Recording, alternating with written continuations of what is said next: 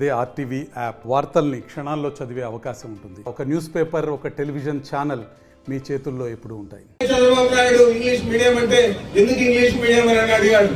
మరి నీ కొడుకు ఏ మీడియంలో చదివాడని అడుగుతున్నాను. ఈ వెంకయ్యనాయుడు కూతురు కానీ కొడుకు కానీ ఏ మీడియం చదివారని అడుగుతున్నాను. వెంకయ్యనాయుడు రాష్ట్ర మన భారతదేశానికే ఉపరాష్ట్రపతిగా ఉన్నాడు.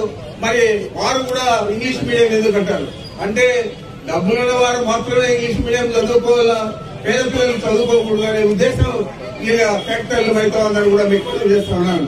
అదే అన్ని కార్యక్రమాలు ఈ రోజు మీ బిడ్డలు చదువుకునేదానికి ఇంగ్లీష్ మీడియం, వారికి కూడా ఓటు లేని పిల్లలకు కూడా పథకాలు పెట్టిన గొప్ప నేత జగన్మోహన్ రెడ్డి గారు.